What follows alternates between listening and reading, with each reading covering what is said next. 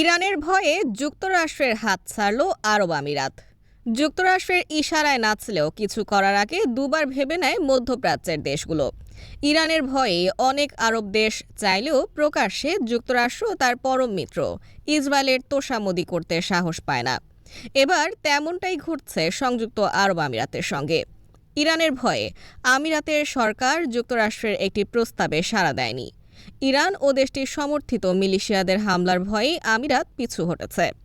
আরব centre Washington ডিসির non resident ফেলো Gregory আফতানডিলিয়ান এক নিবন্ধে লিখেছেন, আবুধাবির আল দাফরা বিমান ঘাঁটি ব্যবহার করে ইরানের প্রক্সিদের ওপর হামলা চালাতে চেয়েছিল যুক্তরাষ্ট্র, কিন্তু ইরান ও তার মিত্র মিলিশিয়ারা সংযুক্ত আরব আমিরাতে হামলা চালাতে পারে এমন ভয়ে ওয়াশিংটনকে না করে দিয়েছে দেশটি।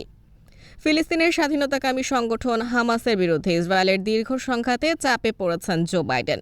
ইসরায়েল হামাসকে হারাতে পারছে না, আর বাইডেন নেতানিয়াহুকে বোঝাতে পারছেন না।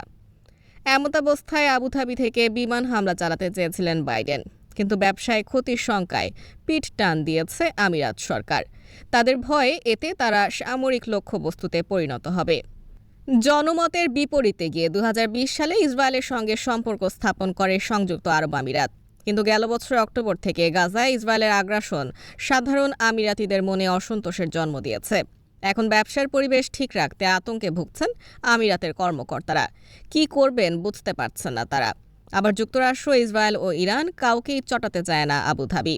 সব মিলিয়ে আমিরাতের অবস্থা শ্যাম রাখি না কুল রাখি।